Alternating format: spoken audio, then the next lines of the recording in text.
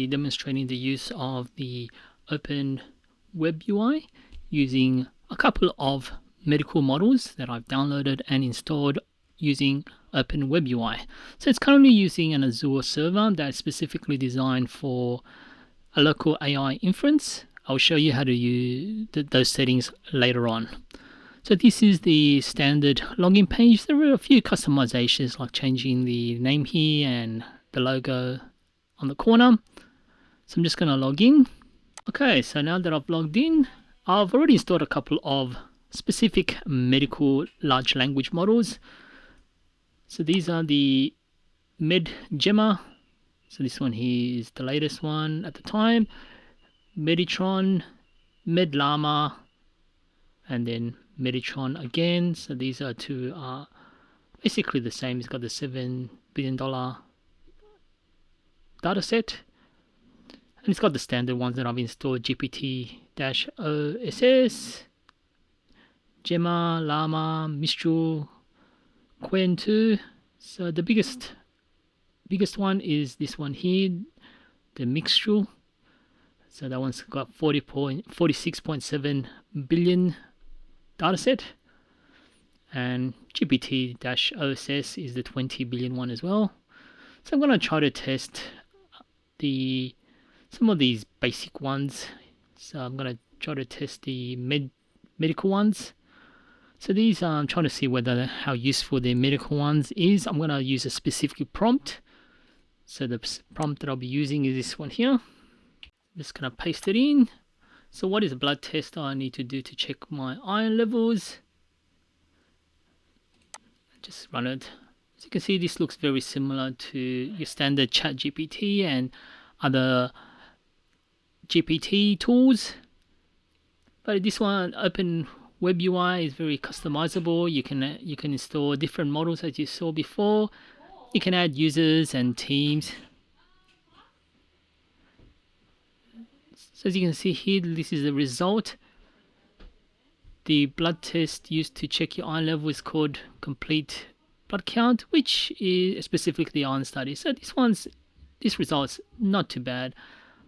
As I'm looking for that kind of blood test, I'll need to ask the doctor. So let me try another model. Meditron. So here we go. As you can see, the response is not too bad, even though it's a small data set. This one here is called serum iron test. I'm not sure how very specific that is.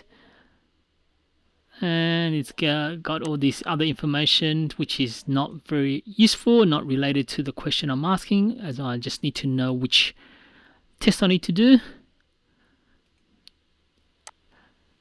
You can also have these options here. Read out the answer. You can edit it, you can copy it. Shows you how many tokens it's using. You can regenerate if you're not happy with that answer. And it's still very basic response here. So I guess that's not the best. So I've already used, this is the third one. I'm gonna create a new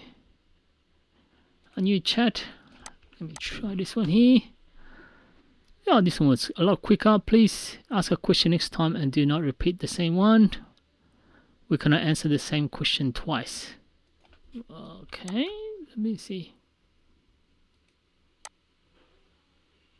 That's a very straightforward answer. Why can't it repeat it? You're wondering about El Nino? No, that's not what I asked for. So this one seems like it's hallucinating. So let me try. So the latest one, which is the same as what I've used. Let me try GPT-OSS.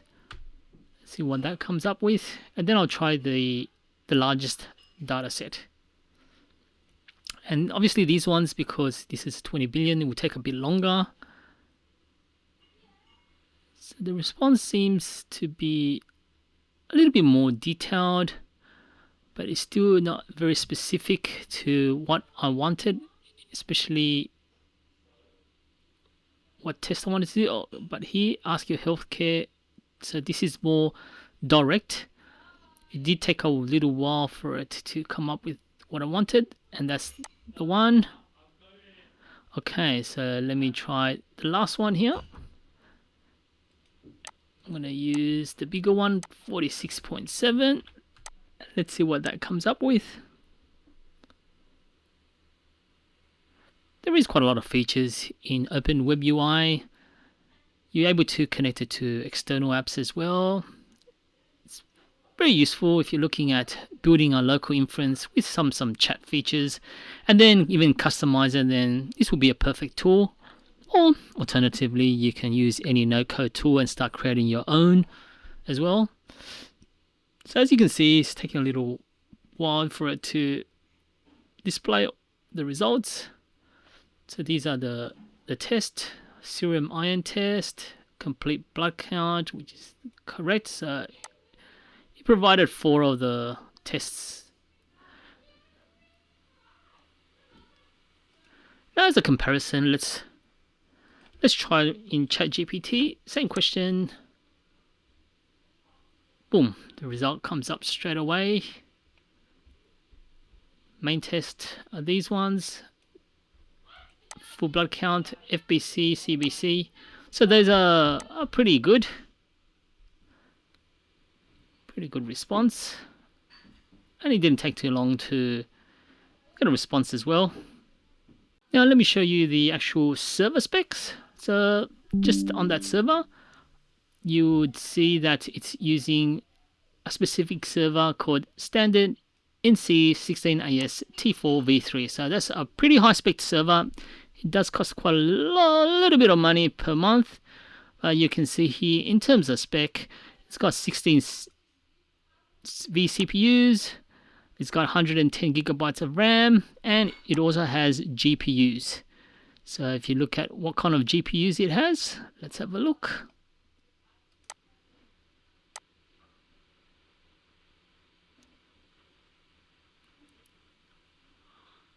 Okay, so it's got the GPUs here, which is what you need. But in terms of the specs, let's have a look.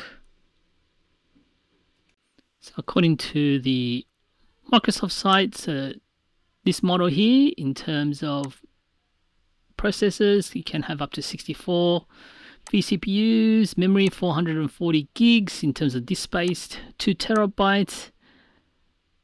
You can have 4 GPUs in total, and each GPU is an NVIDIA Tesla T4 GPU, and it has 16 gigabytes of memory. So basically, yeah, you can have 4 GPUs. Obviously, it will cost quite a bit more money for that,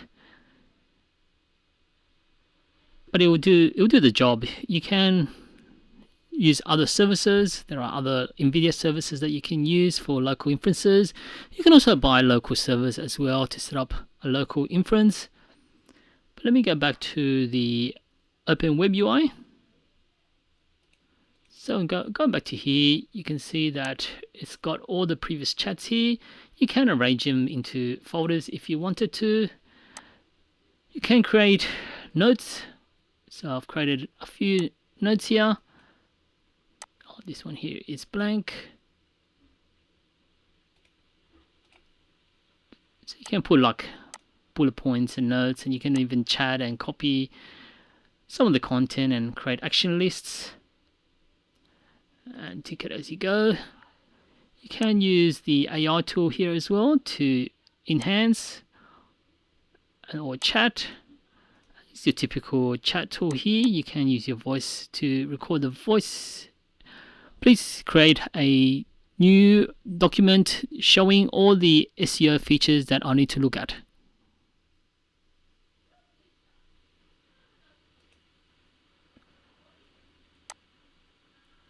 So I must use some sort of text-to-speech. And you can select the model. I'm just going to go with GPT. And let's see what it provides. in terms of specs, as you can see, it's really a high-spec server. So you can imagine when you're using ChatGPT and all the other like Gemini, how much of the CPU and GPU it's actually using to process all that information, which is quite, I'm assuming it'll be quite a lot of data. That's why I think the people are spending quite a lot of money on the data centers. So the assistant is still thinking about it. Nothing's coming up. So that didn't work.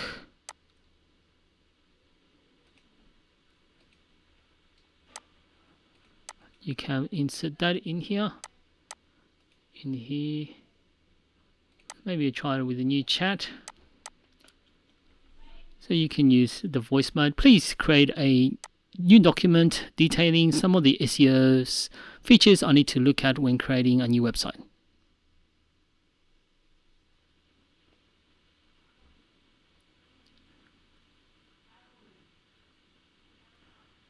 One, mobile responsiveness. The website should look great on all devices, including desktops, tablets, and smartphones. Speech to text. Maybe I didn't. My voice was not clear enough. User-friendly navigation. Make it easy for visitors to find what they're looking for with clear categories and simple menus. Stop it here. 3. And you can invite people into your workspace and your team as well. You can share this document, download it. If you create a workspace, you can create a team so that you can assign specific chats to that particular user. And you can create different skills and prompts as well. For example, here you can add different skills and prompts specific to that workspace. And obviously there's a lot of features here. There's so many that won't really go through it in this video. But if you've used something like this before, let me know. And hope this video helped.